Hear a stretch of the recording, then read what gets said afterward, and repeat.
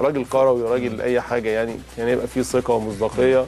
كنت مضيت برضه عادي يعني؟ انت النادي الاهلي مضيت من غير ما تاخد مقدم؟ النادي الاهلي جاب لي فلوس مقدم عشان اخد وامضي يعني امضي ان انا استلمت فلوس. قلت لا في تركيا ما ادوش دي ورقه. انا كنت قلقان برضه يعني. بس انت كنت ناوي فعلا تروح تركيا بالليل وتخلص القصه يعني؟ كان ايه وقتها الكلام؟ لان كنت يعني متضايق جدا جدا جدا من الموقف بتاع رئيس النادي، لان انا ما عملتش حاجه خالص يعني عشان تقلب 360 درجه عليا كده خالص يعني. طب انت وقتها اسرتك يعني مثلا، خليني اسالك يعني والدك، اخواتك، زوجتك؟ انا اخواتي واهلي كلهم كانوا في المنصوره يعني. انا من المنصوره اصلا. انا زوجتي واولادي طبعا اولادي كانوا صغيرين لسه ما يعرفوش حاجه يعني. ما يفهموش برضه. لا سويتش ان انت تروح الاهلي ده خدت فيه راي حد او حد؟ اكيد ناس كتير كلمتك لا او كويس. لا في ناس كتير طبعا. طبعا يعني في ناس كتير لما عرفوا الموقف بتاع ممدوح، بس حتى خالد غندور نفسه قال له خلاص مصلحتك يعني.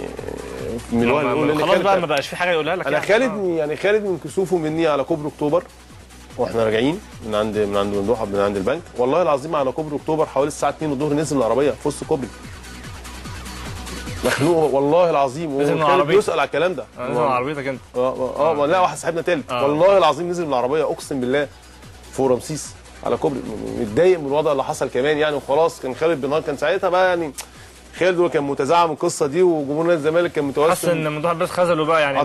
طبيعي يعني وهو كان جمهور نادي الزمالك كان عايز بشير يرجع بالاسم، وهو قال لهم ان انا اجيب بشير والموضوع باظ، فخالد حس نفسه يبقى صغير. فخالد كان صعبان عليه حاجات كتير. يمكن خالد الغندور لما جه 6 7 8 ايام تركيا يمكن كان بيصرف من جيبه عشان هو بيقول للجمهور ان انا اجيب لكم حد انتوا عايزينه. انت فاهمني؟ يعني خالد تعب يعني. كمان خالد انا مره لما هو خلاص مشي بالليل من عندي من البيت وعارف ان انا اركب طياره الساعه 12 بالليل، ده 12 2 ونص تطلع من هنا. اوكي. سلم عليا ومشي. انا بفتح الباب الساعه 1 ونص لقيته قاعد قدام الباب بره وانا ما اعرفش اقسم بالله. انا مش عارف هيحصل ليه. طب صلي صلاه استخاره. متردد برضه يعني. ده من ضمن الاسباب. بيفكر في مصلحتك برضه.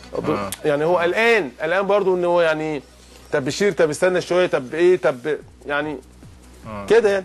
اكتر موقف ده يعني. طب انت عيلتك كانوا مع السويتش ده ولا ما كانوش معاه يعني؟ مع انت والله بص انا والدي راجل مسن كبير يعني. وهو زملكاوي برضه. بس والدي مع مصلحتي يعني.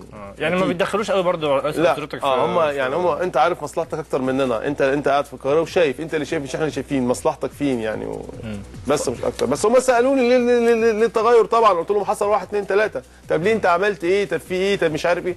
قلت لهم ولا حاجه خالص.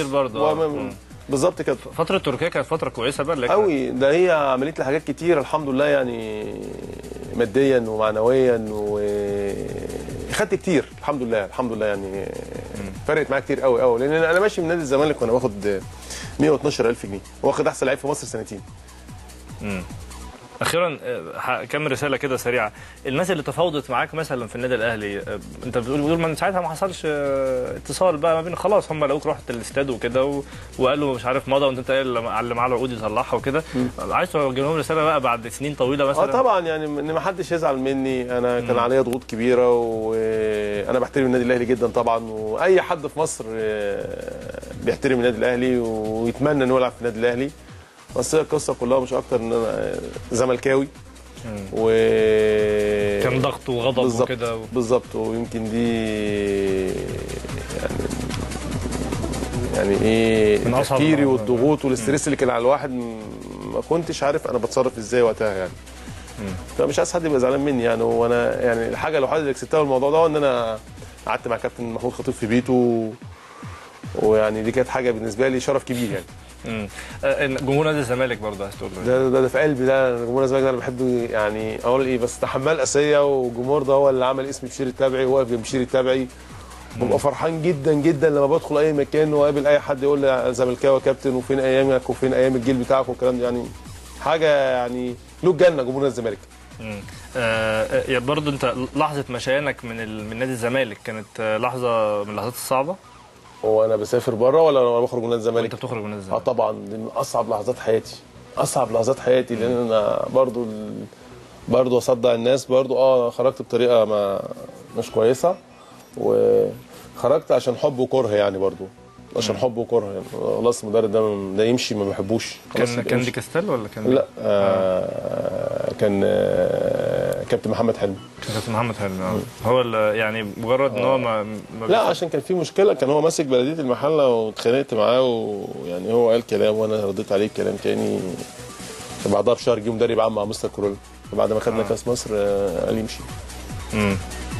ما كنتش متخيل اصلا يعني، لو حتى وقتها كان كابتن فاروق جعفر ماسك الفرقه بجبروته ده كله، ما انا ده حساباتي ان كابتن فاروق مش هيقدر يحركني من نادي الزمالك، مش هيقدر. كنت انت حاجه مهمه طبعا قوي في نادي الزمالك. طبعا كابتن فرقه نادي الزمالك بعد طارق السيد وبعد ابو العلا. كان طارق السيد مشي خلاص. ده بعد سنه من قصه الاهلي دي، بعد سنه واحده من قصه بالظبط في نفس الموسم. هو موسم واحد بس خدنا فيه الكاس. قلت بقى يا ريتني كنت رحت الاهلي. والله قلت حاجات كتير بقى، وقلت الحمد لله على كل شيء، هو ربنا هو كاتب كده. ولو كان ليا نصيب، هو نصيبي كده، وكان لي نصيب احسن من كده كنت شفته يعني. عايز تقول كلمه اخيره لان الوقت جري معاك؟ انا استمتعت جدا بجد والله. انا مبسوط يعني جدا لما دي تاني مره تقريبا نتقابل، وان الواحد بيفتح قلبه وبيتكلم بصراحه. يعني انا عايز اقول باشمهندس ممدوح عباس كفايه كده على نادي الزمالك. يعني 8 سنين 9 سنين ما خدش غير بطوله، ومشاكل كتير في النادي، واللعيبه ما جددتش، واللعيبه هتمشي. كفايه كده، واتمنى اي حد يجي نادي الزمالك يعني يرعى ربنا في النادي مش اكتر يعني. دي كانت حلقتنا. انا بشكرك كابتن بشير، شكرا جزيلا، نورتنا. انا بشكرك والله. دي كانت حلقه النهارده. يمكن انا جات لي كومنتات كتير قريتها على قد ما اقدر، كان في حاجات مكرره فمعلش يعني ما قدرتش ان انا اقول اسمه النهارده بجد. انا ده تقريبا اكتر يوم من اول ما بدانا البرنامج من حوالي 3 4 اسابيع جالنا فيه كومنتات بامانه بارقام يعني فما بتتغيرش.